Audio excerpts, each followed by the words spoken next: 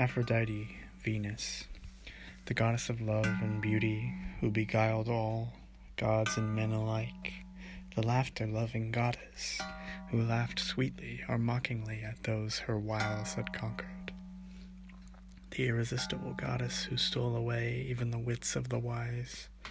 She is the daughter of Zeus and Dione in the Iliad, but in the later poems she is said to have sprung from the foam of the sea, and her name was explained as meaning the foam risen.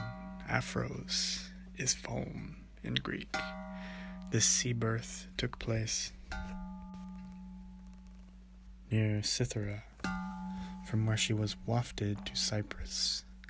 Both islands were ever after sacred to her, and she was called Cytherea, or the Cyprian, as often as by her proper name.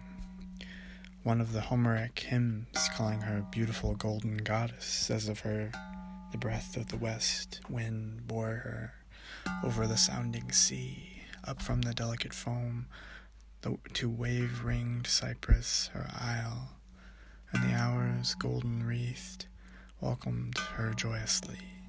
They clad her in raiment immortal and brought her to the gods. Wonder seized them all as they saw violet-crowned Cytherea. The Romans wrote of her in the same way. With her beauty comes. The winds flee before her, and the storm clouds, sweet flowers embroider the earth. The waves of the sea laugh, she moves in radiant light. Without her there is no joy nor loveliness anywhere. This is the picture the poets like best to paint of her. But she had another side too.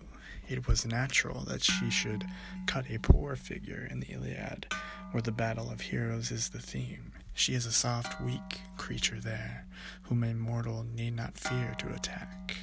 In her later poems, she is usually shown as treacherous and malicious, exerting a deadly and destructive power over men. In most of the stories, she is the wife of Hephaestus, Vulcan, the lame and ugly god of the forge. The myrtle was her tree, the dove her bird, sometimes too the sparrow and the swan.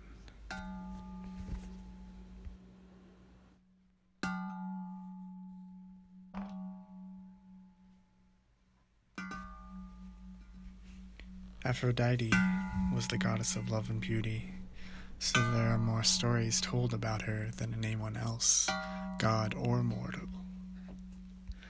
Being what she is, she enters other stories, and such is the power of her magic girdle that he who even speaks her name falls under her spell, and seems to glimpse her white shoulders and catch the perfume of her golden hair.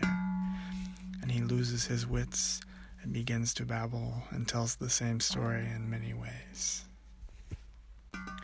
But all the tales agree that she is the goddess of desire, and unlike other Olympians, is never distracted from her duties. Her work is her pleasure, her profession, her hobby. She thinks of nothing but love, and nobody expects more of her. She was born out of the primal murder, when Kronos butchered his father Uranus, how he is known in Rome, which the planet Uranus is named after. Ouranos in Greek. Ouranos was butchered by Kronos with the scythe his mother had given him.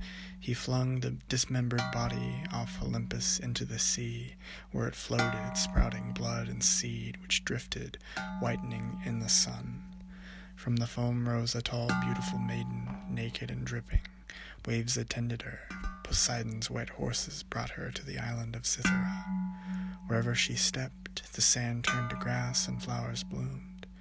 Then she went to Cyprus. Hillsides burst into flowers, and the air was full of birds. Zeus brought her to Olympus. She was still dripping from the sea.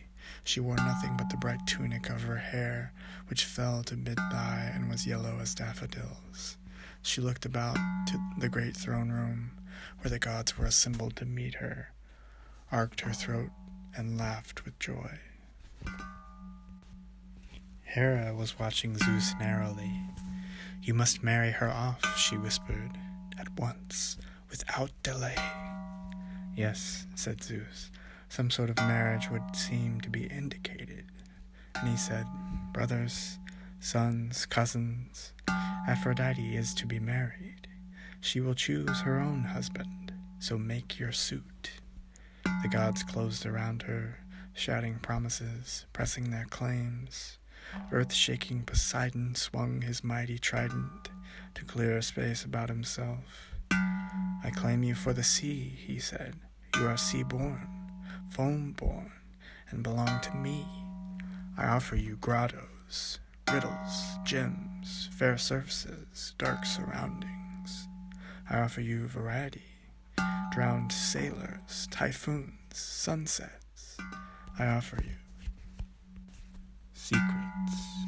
I offer you riches that the earth does not know, power more subtle, more fluid than the dull, fixed land. Come with me, be queen of the sea." He slammed his trident on the floor, and a huge green tidal wave swelled out of the sea, high, high as Olympus, curling its mighty green tongue as if to lick up the mountain, and poised there, quivering, not breaking, as the gods gaped. Then Poseidon raised his trident, and the mighty wave subsided like a ripple. He bowed to Aphrodite. She smiled at him, but said nothing. Then the gods spoke in turn, offering her great gifts. Apollo offered her a throne and a crown made of hottest sun gold, a golden chariot drawn by white swans, and the muses for her handmaids. Hermes offered to make her queen of the crossways where all must come, where she would hear every story, see every traveler, know each deed, a rich pageant of adventure and gossip, so that she would never grow bored. She smiled at Apollo and Hermes, and made no answer.